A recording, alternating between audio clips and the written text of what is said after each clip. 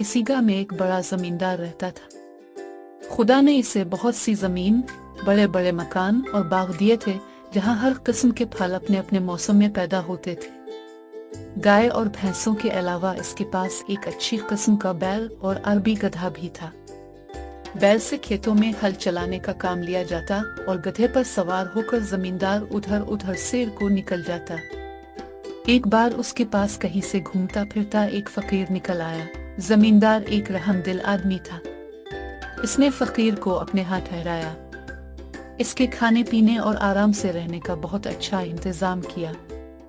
2-4 दिन बाद जब वो फकीर वहां से जाने लगा तो उसने जमींदार से कहा, चौधरी, तुमने मेरी जो खातिरदारी की है मैं इसे कभी नहीं भूलूंगा। तुम देख रहे हो कि मैं एक फकीर हूँ, मेरे पास कोई ऐसी चीज नहीं जो तुम्हारी खिदमत में पेश करूँ। हाँ, मैं जानवरों और हैवानों की बोलियां समझ सकता हूँ। तुम चाहो तो ये इल्म मैं तुम्हें सिखा सकता हूँ, लेकिन तुमको मुझसे एक वादा करना होगा कि तुम ये भेद कभी किसी को नहीं बताओगे, और ये भी सुन लो कि अगर तुमने ये भेद किसी से कह दिया तो फिर जिंदा न रह सकोगे। चौधरी ने कहा, बाबा, मैं तुमसे वादा करता हूँ कि मैं ये भेद कभी किसी को नहीं बतावेगा और तुम्हारा ये एहसान उम्र भर याद रखूंगा। खैर, फकीर ने इसे जानवरों और हैवानों की बातें समझने का अमल सिखा दिया और चला गया। जमींदार के पास जो बैल था वो बेचारा सुबह से पिछले पहर तक हल में जता रहता। शाम को जब वो घर आता तो उसके खाने के लिए भूसा डाल दिया जाता, लेकिन गधे को सब्ज घास और चने का दाना खाने को मिलता। गरीब बैल ये सब कुछ देखता और चुप रहता। वक्त इसी तरह गुजर रहा था। एक दिन जब बैल खेतों से वापस आते हुए गधे के पास से गुजरा तो गधे ने इसे लंगड़ाते हुए देखकर पूछा, भाई, आज तुम लंगड़ा लंगड़ा कर क्यों चल रहे हो? बैल ने जवाब दिया, गधे भाई, आज मुझे बहुत काम करना पड़ा। मैं जब थक जाता था तो नौकर मेरी पीठ और टांगों पर जोर जोर से लाठियां मारता। मेरे टांग में चोट लग गई है। खैर, अपनी अपनी किस्मत है। गधा चुप रहा और बैल अपने थान की तरफ चला गया। जहां बैल बंधा करता था वहां जमींदार को अपने नौकर के लिए घर बनवाना था।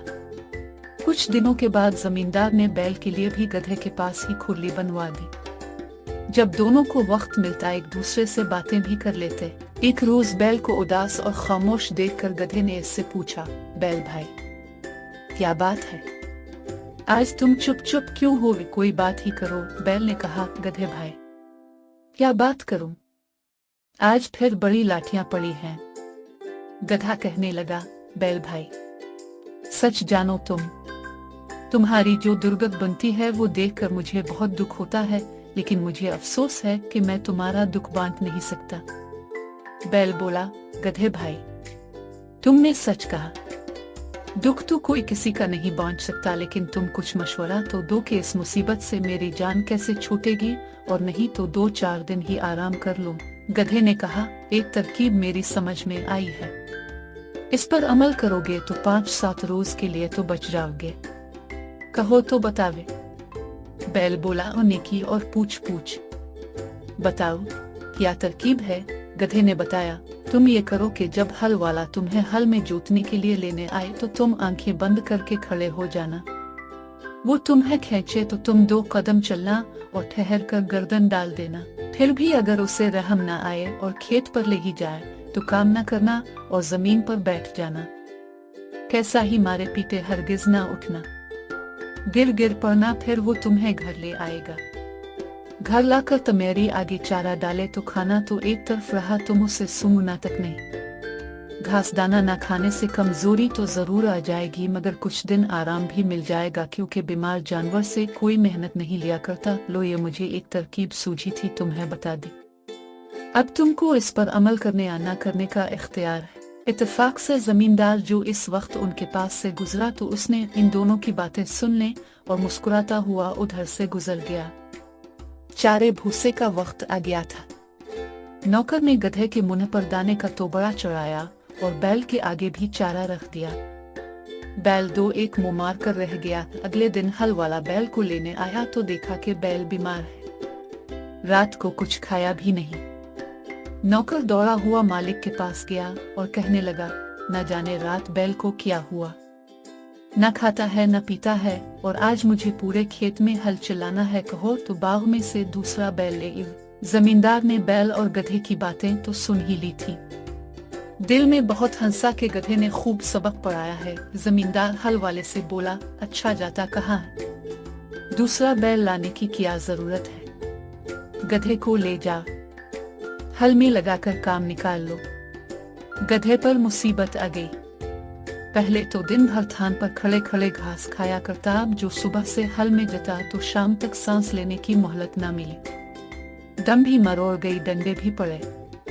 सूरज डूबने के बाद जब गधा लूट कर अपने थान पर आया तो बैल ने इसका बहुत शुक्रिया अदा किया और कहने लगा, भैया तुम्हारी मेहरबानी से आज मुझको ऐसा सिख मिला कि सारी उम्र कभी नहीं मिला था। खुदा तुमको खुश रखे। गधा कुछ ना बोला। वो इस सोच में था कि अगर 2-4 दिन यही हाल रहा तो मेरी जान ही चली जाएगी। अच्छी नीति की कि अपने को मुसीबत में फंसा दिया। दूसरे दिन फिर हल वाला गधे को ले गया और शाम तक इसे हल में लगाए रखा।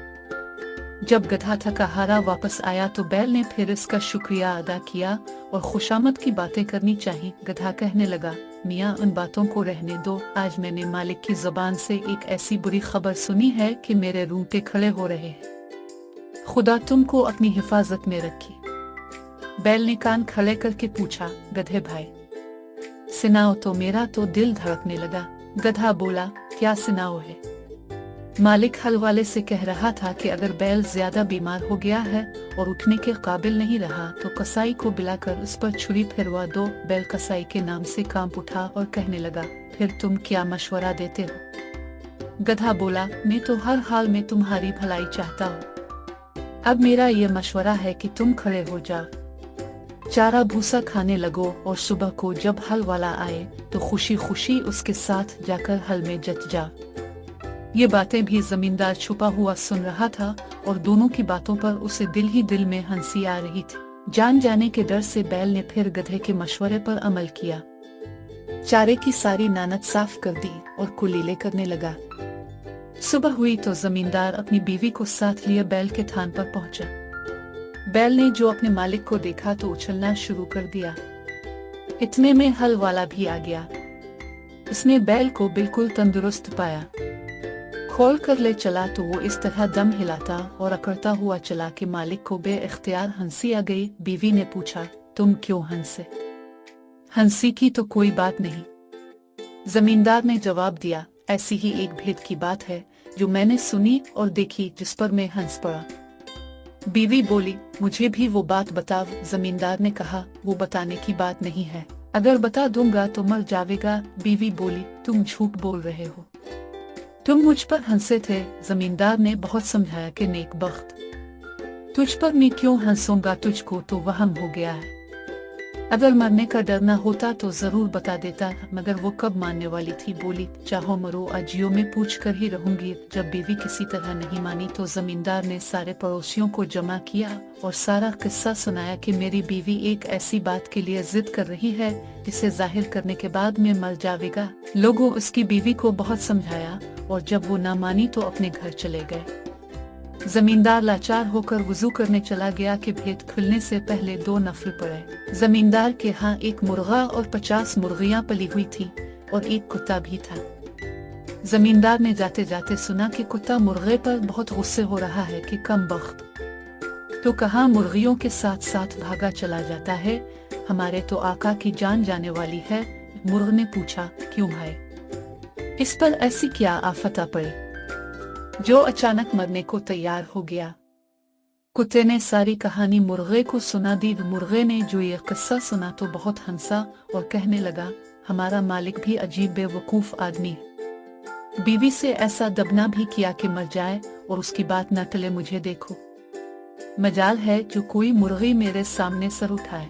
मालिक ऐसा क्यों नहीं करता कि घर में जो शहतूत का दरख्त है इसकी 2-4 सीधी सीधी टहनियां तोड़े और इस जिदिन को तहखाने में ले जाकर उसे ऐसा पीटे कि वो तौबा कर ले और फिर कभी ऐसी हरकत ना करे।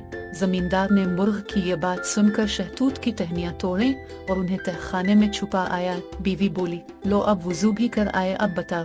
जमींदार ने कहा, जरा तहखाने चली चलूं ताकि मैं भेद भी खोलूं तो कोई दूसरा जाने भी नहीं और वही मर भी जावे। बीवी ने कहा, اچھا، اور آگے آگے تہ خانے میں گھس گئے۔ زمیندار نے دروازہ بند کر کے بیوی کو اتنا مارا کہ وہ ہاتھ جوڑ کر کہنے لگی، میری توبہ ہے، پھر کبھی میں ایسی ضد نہیں کروں گی۔ اس کے بعد دونوں باہر نکل آئے۔ کنبے والے اور رشتہ دار جو پریشان تھے خوش ہو گئے، اور میاں بیوی مرتے دم تک بڑے اطمینان کے ساتھ زندگی